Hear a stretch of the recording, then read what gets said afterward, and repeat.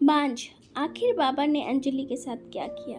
रोज की तरह आज की सुबह भी सास की गाली और ताने से ही शुरू हुई। अंजलि रोज रोज के झगड़े से तंग आ चुकी थी, लेकिन वह और कर भी क्या सकती थी। उसे तो सुनना था। वह चुपचाप सास ससुर और पड़ोसियों के ताने सुनती और रोती। अंजलि की शादी मयंक के साथ 7 साल पहले हुई थी। इन 7 सालों में जिन लोगों की शादी हुई थी वे एक दो बच्चे के माँ बाप बन गए थे, लेकिन अंजलि अभी तक माँ नहीं बन पाई थी। राह चलती औरतें भी अंजलि को तरह तरह के ताने देती और बांझ कहकर चिढ़ाती। अंजलि को यह सब बहुत खराब लगता। अंजलि सोचती, मैं क्या करूं? अपना इलाज तो करा रही हूं, पता नहीं मेरा नसीब कब खुलेगा।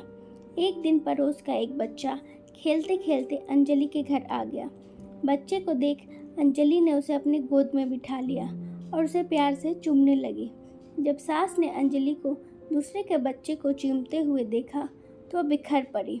वह उसकी गोद से बच्चे को छीनते हुए बोली, कलमुही, बच्चा पैदा करने की तो ताकत है नहीं, दूसरों के बच्चों से अपना मन बहलाती है। अरे तू क्यों डालती है अपना मनुष्य साया दूसरे के बच्चे पर? तू तो उस बंजर जमीन की तरह है जहाँ फसल तो दूर घास भी उगना पसंद नहीं करती। जब अंजलि से सास की बातें नहीं सुनी गई तो वह अपने कमरे में जाकर अंदर से दरवाज़ा बंद कर रोने लगी। रात को मयंक के आने पर अंजलि ने रोते हुए सारी बात उसे बता दी और बोली, मैं बड़ी अभागिन हूँ, मैं किसी की इच्छा पूरी नहीं कर सकती। ऊपर से मुझ पर बांझ होने का धब्बा भी लग चुका है।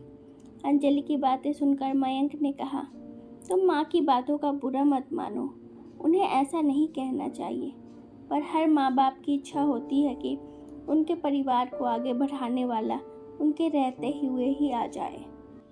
तुमसे यह इच्छा पूरी नहीं होते देखकर माँ तुमसे उल्टी सीधी बातें बोलती है। तुम चिंता मत करो, तुम्हारा इलाज चल रहा है, तुम जरूर माँ बनोगी। अंजलि बोली, मेरी एक सहेली थी, वह भी बहुत दिनों से माँ नहीं बनी थी। माँ बनने में देरी होते देख जब उसने अपना इलाज कराया तो जांच में उसमें कोई कमी नहीं पाई गई। कमी उसके पति में थी। जब उसके पति ने इलाज कराया तभी माँ बन सकी। हो सकता है उसी की तरह आप में भी कोई कमी हो, इसलिए मैं चाहती हूँ कि आप भी एक बार अपना इलाज करा लेते। अंजलि की बात सुनकर मयंक भड़क उठा। मुझ में भला क्या कमी हो सकती है? मैं तो बिल्कुल ठीक हूँ, मुझ में कोई कमी नहीं है। मेरी चिंता छोड़ो, तुम अपनी अच्छी से इलाज करवाओ। डॉक्टर ने जांच के दौरान उसमें कोई कमी नहीं पाई। डॉक्टर ने अंजलि को कहा, आपकी रिपोर्ट सही है, आपके पति में ही कुछ कमी है। लेकिन अंजलि पति के बिगड़े मिजाज को देखकर वो चुप रहना ही ठीक समझी। एक दिन किसी ने अंजलि की सास को बताया कि पास के ही गांव के मंदिर में एक बाबा रहते हैं, जिसकी दुआ से हर किसी का दुख दूर हो जाता है। सास ने यह बात अपने बेटे मयंक को बता दी और अंजलि को बाबा के पास भेजने को कहा। रात को मयंक ने अंजलि से कहा, कल तुम मंदिर चली जाना। दूसरे दिन सवेरे नहा धोकर वह बाबा के पास चली गई। मंदिर में लगी भीड़ को देखकर उसे भरोसा हो गया कि वह भी बाबा की दुआ पाकर माँ बन सकती है। अंजलि बाबा के पैरों पर गिर पड़ी और कहने लगी, बाबा मेरा दुख दूर करे, मैं 7 साल से बच्चे का मुंह देखने के लिए तड़प रही हूँ।